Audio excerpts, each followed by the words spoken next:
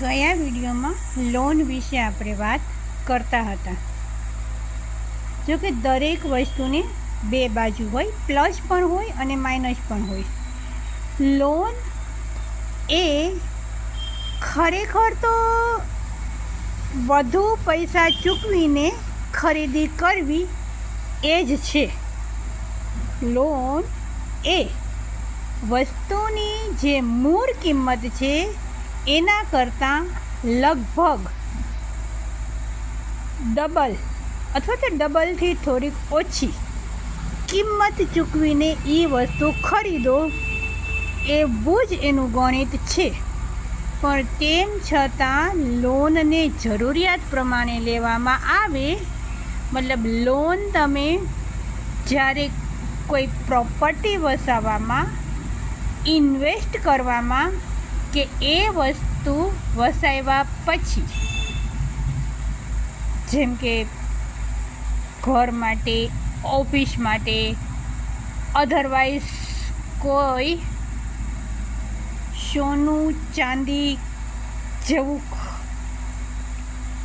ખરીદી માટે, ટૂંકમાં મિલકત, જેને મિલકતમાં જ ગણી શકાય ને, એવી વસ્તુ માટે લ્યો કે જે તમને રિટર્ન આપશે તો વાંધો નથી.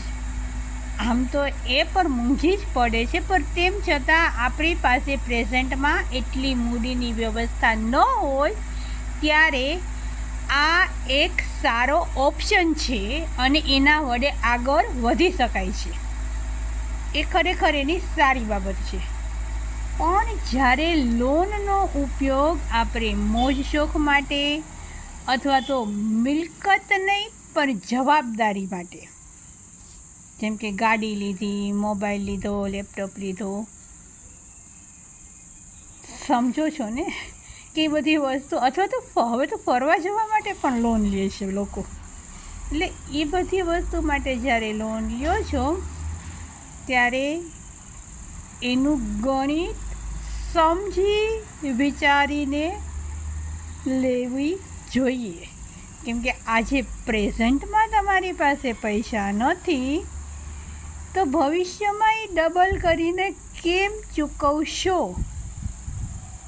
એ વસ્તુને દિમાગમાં લઈ અને પછી આગળ વધો. આમ દરેક વસ્તુના પ્લસ અને માઇનસ બંને હોય છે. એવું નથી કે લોન ન જ લેવી, પણ સમજી વિચારી અને એની ઉપયોગિતા હોય એ મુજબ લ્યો. બિનજરૂરી ખર્ચ તરીકે પ્લીઝ પ્લીઝ પ્લીઝ ન લ્યો. એને બદલે પહેલાં તમે બચત કરો, અને 1 વર્ષ બચત કરશો ને તો બીજા વર્ષે તમને એની હેબિટ પડી જશે કે ભાઈ પહેલાં બચત કરવાની, પછી એ વધેલા પૈસામાંથી 1 વર્ષ તમે ફરવા જાઓ, 1 વર્ષ તમે તમારી કોઈ પણ મનગમતી વસ્તુ ખરીદો. જે રીતે તમારી આવક અને બચત છે એ પ્રમાણે જો વધશો આગળ તો ખરેખર ખુશ થશો અને આનંદ પણ આવશે.